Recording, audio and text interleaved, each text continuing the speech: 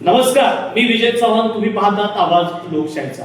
मित्रांनो, भीमा सहकारी साखर कारखाना हा सहकारी तत्वावर दौंड तालुक्यातला पहिला कारखाना. सध्या तो बदनाम झालाय, बदनाम केला जातोय की कोण बदनाम करतंय, अशा तीन गोष्टींमध्ये चर्चेचं वादळ करून बसलेलं आहे. यापूर्वी आपण दोन भाग प्रकाशित केले.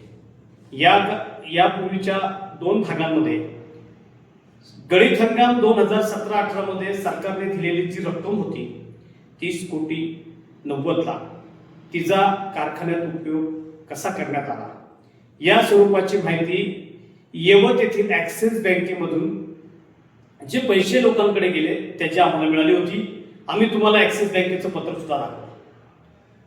मित्रांनो, धक्कादायक गोष्टी अशा आहेत.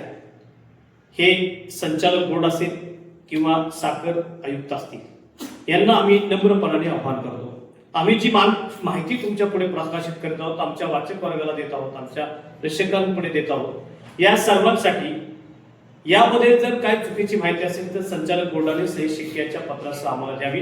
आम्ही परत त्यांच्यासाठी प्रकाशित करतो. मागील भाग क्रमांक 1 मध्ये संचालक बोर्डाने ऊस तोडणीसाठी ठेकेदार म्हणून जवळपास 11 कोटी अधिक रुपयाची रक्कम त्यांच्या आणि त्याच्या हितचिंतकांच्या नावावर घेतली होती. त्यापुढे जाऊन ऊस तोडणीसाठी 4 कोटी रुपये हरियाणातील वल्लभगड येथे देण्यात आलेले आहेत. अर्थातच येवत ऍक्सिस बँकेकडून हरियाणा या शाखेत गेलेले आहेत. बँडोला 50,000, हरियाणामधील सोनीपत या ठिकाणी वर्ग झाले. केरळच्या मल्लापूरमध्ये 5 लाख गेले. तामिळनाडू चेन्नईमध्ये 55 लाख दिलेले आहेत. वेस्ट बंगालमध्ये 52 लाख, न्यू दिल्लीमध्ये 31 लाख आणि उत्तर प्रदेशमध्ये 13 लाख.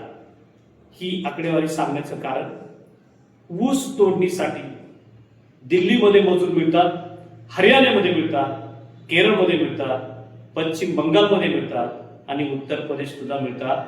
असं चित्र या रकमा ऊस तोडणीसाठी गेल्यामुळे तयार होते. हे आम्ही कोणावर टीका टिप्पणीसाठी सांगत नाही. वस्तुनिष्ठ परिस्थिती, येवत शाखेच्या ऍक्सिस बँकेमधून वर्ग झालेल्या ह्या रकमा कुठल्या भागात गेल्या त्याचीही देत आहोत.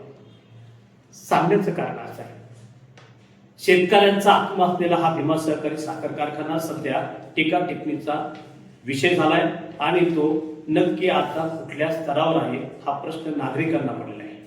पूर्वीचा सहकारी साखर कारखाना सध्या निराली ग्रुप नावाचा व्यक्ती इथं चालवतोय असं सांगितलं गेलं आणि प्रत्यक्षात काय घडामोडी आहेत याची वस्तुनिष्ठ परिस्थिती प्रेक्षक वर्गापर्यंत न आल्या कारणानं आम्ही हा भाग 1, 2 आणि आज 3 प्रकाशित करत आहोत. 4थ्या भागामध्ये आम्ही धक्कादायक गोष्टी सांगणार आहोत.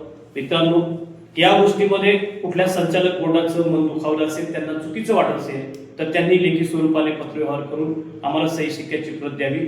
आम्ही परत एकदा प्रेक्षकांसाठी ते प्रकाशित करू.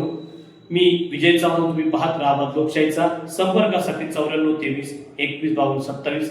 शेवटी असं सांगतोय, दौंड तालुक्यातील भीमा सहकारी साखर कारखाना बदनाम झालाय, केलाय का कोण करतंय, या प्रश्नाच्या चर्चेचं उत्तर अजून 2 भागांमधून मिळेल का ही अपेक्षा आम्ही व्यक्त करतोय. आणि यासाठी संचालक बोर्डाने या संदर्भामध्ये आपण माहिती द्यावी अशी आम्ही नम्र विनंती सुद्धा करतोय. धन्यवाद.